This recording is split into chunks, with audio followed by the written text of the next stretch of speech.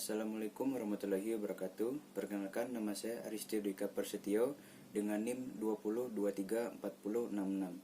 Di video kali ini saya akan menjelaskan video dua materi, yaitu pelestarian bahan pustaka, dan materi yang kedua yaitu survei kondisi kerusakan bahan pustaka. Maksud dari video ini dibuat yaitu untuk memenuhi ujian tengah semester mata kuliah preservasi dan konservasi bersama dosen pengampu Ibu Desrieni, Esos MIKOM. Selamat menikmati videonya. Baiklah, dalam dunia perpustakaan tentunya kita mengenal yang namanya koleksi bahan pustaka. Lalu, apa saja jenis dan kondisi bahan pustaka yang ada di perpustakaan? Nah, di sini terdapat 3 kondisi bahan pustaka. Yang pertama yaitu kondisi masih baik, yakni bahan pustaka dalam kondisi baik, bersih, utuh, dan belum berubah warnanya. Kondisi yang kedua yaitu berpenyakit, di mana bahan pustaka sudah diserang serangga sehingga timbul noda berwarna coklat.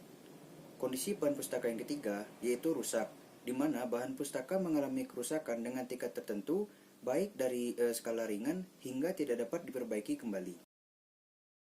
Dalam pelestarian bahan pustaka, kita memiliki 3 langkah yang dapat menjaga umur dari koleksi bahan pustaka tersebut. Nah, langkah yang pertama adalah pemeliharaan. Pemeliharaan merupakan tindakan dalam mengoptimalkan kondisi lingkungan untuk memperpanjang umur koleksi. Pemeliharaan ini mencakup 4 aspek, yaitu bagaimana cara pembersihan bahan pustaka, mengendalikan kondisi lingkungan perpustakaan, mengevaluasi kebijakan pelestarian bahan pustaka, dan mengadakan penyuluhan tentang pelestarian bahan pustaka. Langkah kedua dalam pelestarian bahan pustaka yaitu adalah perawatan. Perawatan adalah tindakan yang berhubungan untuk menjaga dan merawat koleksi bahan pustaka agar dapat terjaga kualitas fisik dan juga kandungan informasinya. Nah, terdapat 4 langkah yang dapat kita lakukan dalam kegiatan perawatan bahan pustaka.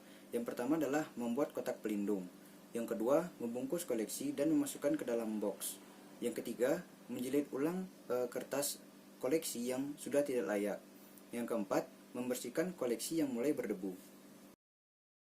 Langkah pelestarian bahan pustaka yang ketiga yaitu adalah restorasi.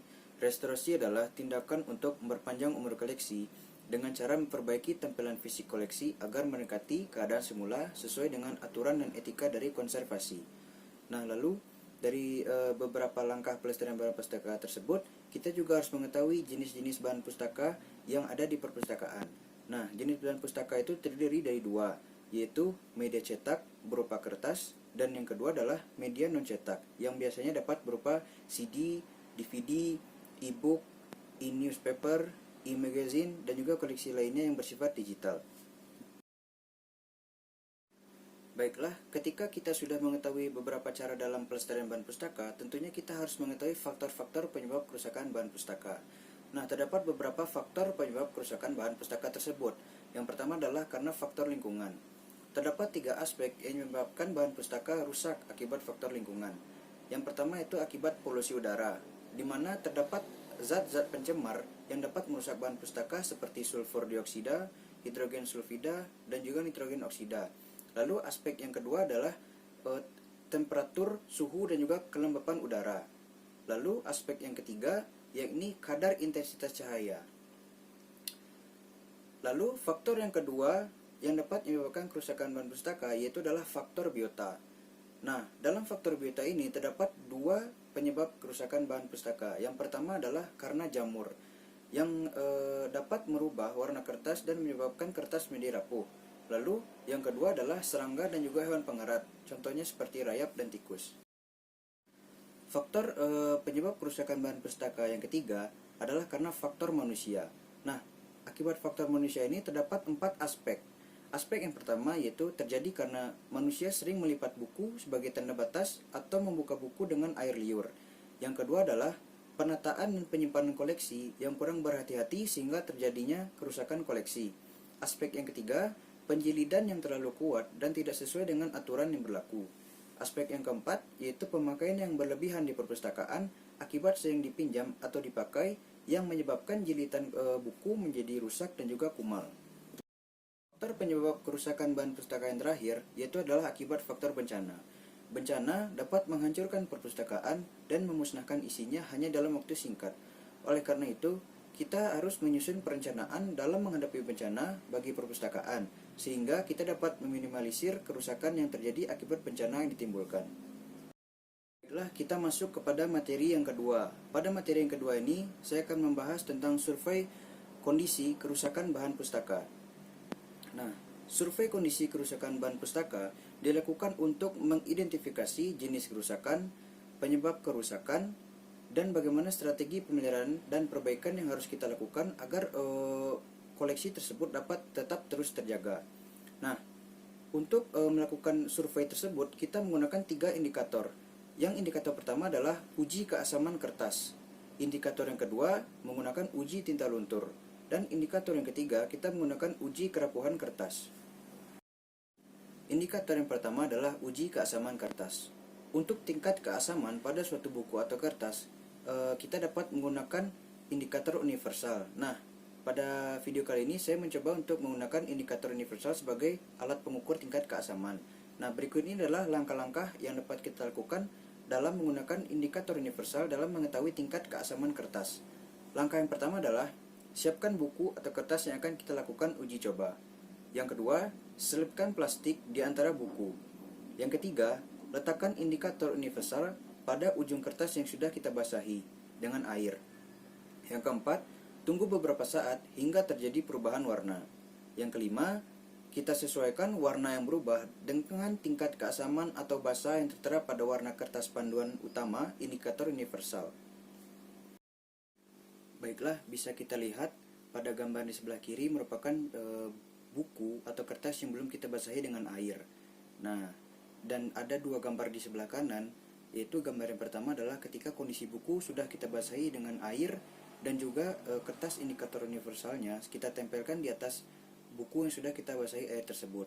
Nah, lalu kita tunggu beberapa saat dan dapat kita lihat pada gambar yang sebelah kanan lagi bahwa kertas indikator universal tersebut berada pada tingkat nomor 6, yang berarti dapat kita simpulkan bahwa buku yang sudah dibasahi tadi memiliki jenis asam, yaitu pH di bawah 7.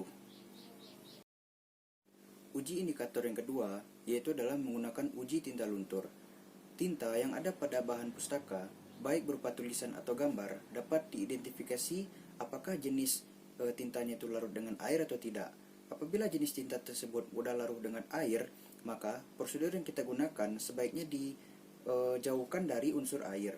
Nah, sebaliknya, jika tinta pada bahan pustaka atau buku tidak larut dalam air, maka kita bisa menggunakan media air pada proses pengerjaan konservasinya. Kita lihat pada contoh gambar. Gambar di sebelah kiri merupakan contoh sebuah ilustrasi yang sudah saya basahi menggunakan air di buku tersebut. Nah, lalu di sebelah kanan bisa kita lihat itu setelah saya teteskan air pada gambar ilustrasinya dan ditekan menggunakan tisu atau kapas, maka dari hasil percobaan tersebut dapat dilihat bahwa tinta tidak mengalami kelunturan. Nah, oleh karena itu pada proses konservasinya itu dapat menggunakan air, karena tinta yang berada pada media yang saya gunakan itu bersifat tidak mudah luntur. Indikator yang terakhir, kita dapat melakukan uji kerapuhan kertas. Untuk menentukan kerapuhan kertas, kita dapat melakukan dengan cara melipat ujung kertas. Nah, cara yang kita lakukan dalam melipat ujung kertas dapat dibuat menjadi 3 lipatan.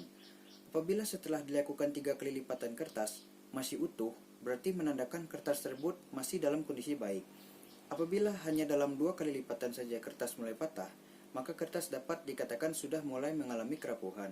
Dan yang lebih parah lagi, apabila hanya dalam 1 kali lipatan kertas sudah patah, nah maka kita dapat simpulkan bahwa kertas tersebut sudah sangat rapuh. Bisa kita lihat pada gambar di samping bahwa setelah saya melakukan uji coba 3 kali lipatan terhadap buku yang saya punya, maka bisa dilihat kondisi kertas tidak ada kerapuhan sama sekali. Nah, dimana jika kondisi tersebut kita lihat, bisa disimpulkan bahwa buku yang saya miliki ini masih dalam kondisi yang baik dan juga memiliki sifat kertas yang juga memiliki bahan yang sangat bagus. Baiklah, sekian materi yang dapat saya sampaikan terkait pelestarian bahan pustaka yang merupakan materi pertama, dan juga survei kondisi kerusakan bahan pustaka sebagai materi yang kedua. Mudah-mudahan dari video yang saya buat ini dapat menjadikan ilmu yang bermanfaat bagi kita semua. Mohon maaf jika ada kesalahan kata dalam pembuatan video ini. Saya mohon maaf dan pamit. pamit undur diri. Wassalamualaikum warahmatullahi wabarakatuh.